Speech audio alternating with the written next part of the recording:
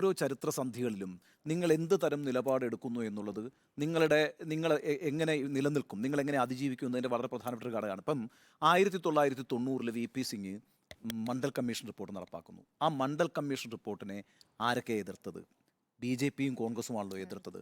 യഥാർത്ഥത്തിൽ അതിൻ്റെ ഗുണഭോക്താവ് ആരായിരുന്നു? ആ മണ്ഡൽ വിരുദ്ധ പ്രക്ഷോഭത്തിൻ്റെ ശരിയായ ഗുണഭോക്താവ് എന്ന് പറയുന്നത് ബി ജെ പി ആയിരുന്നു. അപ്പം മണ്ഡൽ കമ്മീഷൻ ഇവിടെ നടപ്പാക്കിയാൽ ഇന്ത്യയിലെ മുന്നോക്ക വിഭാഗങ്ങൾ പാർട്ടിയിൽ നിന്ന് അകന്നു പോകുമെന്ന് ധരിച്ചുകൊണ്ട് കോൺഗ്രസ് ആ മുന്നോക്ക വിഭാഗങ്ങളെ കൂട്ടത്തിൽ നിർത്താൻ വേണ്ടിയിട്ട് മണ്ഡൽ കമ്മീഷനെ എതിർത്തു. ഫലത്തിൽ ആരെയാണ് അത് കൊണ്ടുപോയത്? ആ വിഭാഗത്തെ കൊണ്ടുപോയത് ബി ജെ പി ആണ്. എന്താണ് കോൺഗ്രസിന് സംഭവിച്ച രണ്ടാമത്തെ നഷ്ടം? കോൺഗ്രസിൽ വിശ്വസിച്ചിരുന്ന പിന്നാക്ക ജാതി വിഭാഗങ്ങളുണ്ടല്ലോ, അവരെല്ലാവരും കോൺഗ്രസിൽ നിന്ന് അങ്ങ് അകലുകയും അങ്ങനെ ഈ പറയുന്ന ലലു പ്രസാദ് യാദവിൻ്റെയും നിതീഷ് കുമാറിൻ്റെയും സമാജ്വാദി പാർട്ടി മുലായം സിംഗ് യാദവിൻ്റെയും കൻഷിറാമിൻ്റെയൊക്കെ രാഷ്ട്രീയ പ്രസ്ഥാനങ്ങൾ വടക്കേ ഇന്ത്യയിൽ അതിശക്തമാവുകയും ചെയ്തു. ചുരുക്കത്തിൽ കോൺഗ്രസ് ആണ് ഇതിലെല്ലാം സമ്പൂർണ്ണമായും നഷ്ടത്തിലേക്ക് കൂപ്പുകുത്തിയത് കോൺഗ്രസ് ആണ്. ഇപ്പോൾ ഇതാ വീണ്ടും മറ്റൊരു ചരിത്ര സന്ദർഭം വന്നിരിക്കുകയാണ്. ഈ ചരിത്ര സന്ദർഭം എന്ന് പറയുന്നത് ഒരു മുസ്ലിം ദേവാലയം തകർത്തുകൊണ്ട് അവിടെ ഒരു രാമക്ഷേത്രം നിർമ്മിക്കുന്നു. അതുകൊണ്ടാണ് ഞാൻ ഈ പറഞ്ഞ നേരത്തെ ഒരു സ്വയംഭൂവായ ഏതെങ്കിലും ഒരു സ്ഥലത്ത് ഒരു വലിയ രാമക്ഷേത്രം നിർമ്മിക്കാമല്ലോ ചെയ്യുന്നത്. അവിടെ ഒരു പള്ളി പൊളിച്ച് അവിടെ ഒരു രാമക്ഷേത്രം നിർമ്മിക്കുമ്പോൾ നിങ്ങൾ ഒരു ചരിത്ര സന്ധിയിലാണ്. അവിടെ നിങ്ങൾ അതിശക്തമായൊരു നിലപാടെടുക്കണം. അങ്ങനെ നിലപാടെടുത്തില്ലെങ്കിൽ ഈ കടിച്ചതുമില്ല പിടിച്ചതുമില്ല എന്ന് പറയുന്ന കണക്കാണ്. ചരിത്രം ആവർത്തിക്കുകയാണ് ചെയ്യുക. നിങ്ങൾക്കൊരു പൊളിറ്റിക്കൽ സ്റ്റാൻഡ് എടുത്തേ പറ്റൂ. ഇനി മുന്നോട്ട് പോകണമെങ്കിൽ ഒരു രാഷ്ട്രീയ നിലപാട് അതിശക്തമായി എടുക്കണം. ഇനി അവിടെ ഇവിടെയും തൊട്ടിട്ട് അടവ് നയം എന്നൊക്കെ പറഞ്ഞാൽ, അല്ലെങ്കിൽ നിങ്ങൾ ഈ പറയുന്ന കണക്ക് അവസരവാദം, ഇത്തരം ഒരു ആർഗ്യുമെൻറ്റിനും ഇടവരാത്ത രീതിയിൽ ക്ലാരിറ്റി ഉള്ള ഒരു പൊളിറ്റിക്കൽ പൊസിഷൻ എടുത്തുകൊണ്ട് മാത്രമേ അതിശക്തമായി ഹിന്ദുത്വ പൊളിറ്റിക്സിനെ ഇനി ഇന്ത്യയിൽ നേരിടാൻ പറ്റുള്ളൂ. ഇവിടെ ഒരു ഒളിച്ചുകളിയും സാധ്യമല്ല. ആ ഒളിച്ചുകൾ റിസൾട്ട് ഉണ്ടാക്കുന്നില്ല എന്നുള്ളത് ഓരോ ഘട്ടത്തിലും നമ്മൾ നടന്നുകൊണ്ടിരിക്കുന്ന തെരഞ്ഞെടുപ്പുകളൊക്കെ രാജ്യത്തെ ഏറ്റവും പ്രധാനപ്പെട്ട പ്രശസ്തരായ താരങ്ങളെ കൊണ്ട്, അല്ലെങ്കിൽ എല്ലാവർക്കും സ്വീകാര്യമായ താരങ്ങളെ കൊണ്ട്, പാട്ടുകാരെ കൊണ്ടൊക്കെ ഈ അന്നേ ദിവസം വിളക്ക് കൊളുത്താനും പ്രാർത്ഥിക്കാനും ഒക്കെ ആവശ്യപ്പെട്ടുകൊണ്ടിരിക്കുകയാണ്. അപ്പൊ ആ രൂപത്തിൽ അത് സ്വീകാര്യമായി അതെ, നമ്മളീ പറഞ്ഞുകൊണ്ടിരുന്ന അയോധ്യ ഒന്നും വലിയൊരു രാഷ്ട്രീയ പ്രശ്നമായിട്ട് വരത്തില്ല. അങ്ങനെ വിലയിരുത്തിയ ആളുകളുണ്ട് അല്ലെ. അയോധ്യ രാമക്ഷേത്രത്തിന്റെ ഉദ്ഘാടനമൊന്നും അടുത്ത തെരഞ്ഞെടുപ്പിൽ വളരെ പ്രധാനപ്പെട്ട സംഭവമാവില്ല.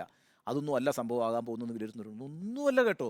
നിങ്ങളുടെ വീടുകളിലേക്ക് അത് എത്തിക്കുകയാണ്. വിളക്ക് കൊളുത്താനാണ് പറഞ്ഞിരിക്കുന്നത്. ആ സമയത്ത് വിളക്ക് കൊളുത്തുകയും നാമം ജപിക്കുകയും ചെയ്യാൻ പറഞ്ഞു എന്ന് പറഞ്ഞാൽ അതിന്റെ അർത്ഥം എന്താ പറയുക? അത് ചെയ്യും കേട്ടോ. അത് നല്ലൊരു വിഭാഗം ഒന്നും വേണ്ടല്ലോ. കോവിഡിന്റെ കാലത്ത് ഈ പറയുന്ന ടെറസിന്റെ മുകളിൽ കയറി നിന്നിട്ട് പാത്രം തട്ടിയ ആളുകളാണ് ഈ പറയുന്ന ആളുകൾ. അത് കേരളത്തിലും ചെയ്തു കേട്ടോ. കേരളത്തിലും വലിയ രീതിയിൽ ചെയ്തു. അപ്പൊ നമ്മൾ കേരളീയർ ഭയങ്കരമായിട്ട് ഒരു ഉന്നതിയിൽ നിൽക്കുന്നു എന്നുള്ളതൊന്നും അങ്ങനെ നമ്മൾ പറഞ്ഞപ്പോഴും അങ്ങനെ കരുതണ്ട. അപ്പം നമ്മളുമൊക്കെ ടെറസിന്റെ മുകളിൽ കയറി നിന്ന് പാത്രം കൊട്ടിയ ആളുകളാണ്. അപ്പോൾ അത് നോർത്ത് ഇന്ത്യയിൽ എങ്ങനെയായിരിക്കും, ഈ പറയുന്ന മധ്യ ഇന്ത്യയിൽ എങ്ങനെയായിരിക്കും, കിഴക്കേ ഇന്ത്യയിൽ എങ്ങനെയായിരിക്കും? വലിയ രീതിയിൽ അന്ന് നാമജപങ്ങളൊക്കെ നടത്തിയിട്ട് ഈ പറയുന്ന ശ്രീരാമന്റെ ഒരു ക്ഷേത്രം ഉണ്ടാക്കിയിരിക്കുന്നു, രാമരാജ്യം വരാൻ പോകുന്നു എന്ന് വിശ്വസിക്കുന്ന ഒരു വലിയ ജനവിഭാഗമുണ്ടെന്ന് ഇന്ത്യയിൽ.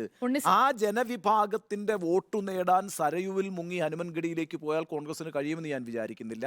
മറിച്ച് കോൺഗ്രസ് ഒരു വലിയ പൊളിറ്റിക്കൽ പൊസിഷനാണ് എടുക്കേണ്ടത്, ശക്തമായ പൊളിറ്റിക്കൽ പൊസിഷനാണ് എടുക്കേണ്ടത്. ആ പൊസിഷൻ ഈ 2024 തെരഞ്ഞെടുപ്പിൽ ഒരു ചുക്കും സംഭവിക്കാൻ പോകുന്നില്ല. അതുകൊണ്ടൊരു നേട്ടമുണ്ടാക്കാൻ കഴിയുമെന്ന് ഞാൻ വിചാരിക്കുന്നില്ല. പക്ഷേ ഇനി ഹിന്ദുത്വ രാഷ്ട്രീയത്തെ നേരിടണമെങ്കിൽ നിങ്ങൾക്ക് ക്രിസ്റ്റൽ ക്ലിയർ ആയ പൊളിറ്റിക്കൽ പൊസിഷൻ വേണം. ക്രിസ്റ്റൽ ക്ലിയർ ആയ പൊളിറ്റിക്കൽ പൊസിഷൻ. പിഴവുകൾ തിരുത്താനുള്ള സമയമാണ്. നിങ്ങൾ അതിനകത്ത് നിലപാടെടുക്കണം. പിഴവുകൾ തിരുത്തുന്നതിന് നിലപാടെടുക്കുന്നതിന്റെയും മാത്രമല്ല, ഇപ്പോൾ സൂചിപ്പിച്ചല്ലോ, ഉച്ചയ്ക്ക് 12:20 ഈ പ്രാണപ്രതിഷ്ഠാ ചടങ്ങ് ആരംഭിക്കുന്നത്. 22-ാം തീയതി 2 മണിക്കൂർ സമയമാണ് ഈ ചടങ്ങ് നീണ്ടു നിൽക്കുക. ആ 12:20 ഇപ്പോൾ KS ചിത്ര പാടി പോസ്റ്റ് ചെയ്ത് കഴിഞ്ഞപ്പോൾ എന്തൊരു വിവാദമാണ്. അത് കേരളത്തിലാണ് അത് സംഭവിക്കുന്നത്. ഈ ശ്രീരാമ ജയ ജയ രാമ എന്ന് ജപിച്ചു കഴിഞ്ഞാൽ ഹിന്ദുക്കളായ ആളുകളുടെയൊക്കെ വീടുകളിൽ, അവിശ്വാസികളുടെ എനിക്കറിയില്ല, വീടുകളിലൊക്കെ വൈകുന്നേരം നാമം ജപിക്കുന്ന ഒരു പതിവുണ്ട്. ഉണ്ണിസാറിന് ഒരു പക്ഷേ റിലേറ്റ് ചെയ്യാൻ പറ്റുമായിരിക്കും, എൻ്റെ വീട്ടിലൊക്കെ ഉണ്ട്.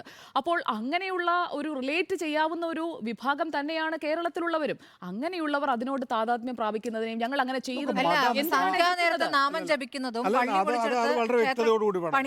ദൈവവിശ്വാസം എന്ന് പറയുന്നത് ഒന്നും രാഷ്ട്രീയം എന്ന് പറയുന്നത് രണ്ടാണ്. അതിനെയാണ് ജവഹർലാൽ നെഹ്റു എന്ന് പറയുന്ന ഇന്ത്യയുടെ പ്രധാനമന്ത്രി വ്യവച്ഛേദിച്ച് പറഞ്ഞിട്ടുള്ളത്. രാജേന്ദ്ര പ്രസാദ് എന്ന രാഷ്ട്രപതിയോട് നിങ്ങൾ ആ പരിപാടിക്ക് പോകരുത് എന്ന് കടലാസിലിറക്കി പറഞ്ഞ ആളാണ് ജവഹർലാൽ നെഹ്റു. ഇപ്പോൾ BJP ആരോപിക്കുന്നത് അതാണ്. ഇവർ ജവഹർലാൽ നെഹ്റുവിൻ്റെ കോൺഗ്രസ് ആണ്, ഇവർ ഗാന്ധിജിയുടെ കോൺഗ്രസ് അല്ല എന്നാണ് പറയുന്നത്.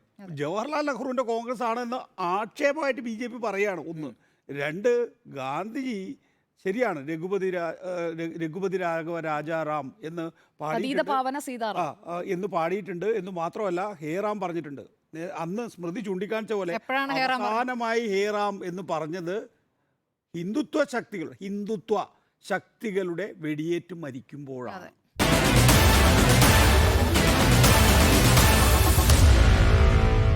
Meet the editors.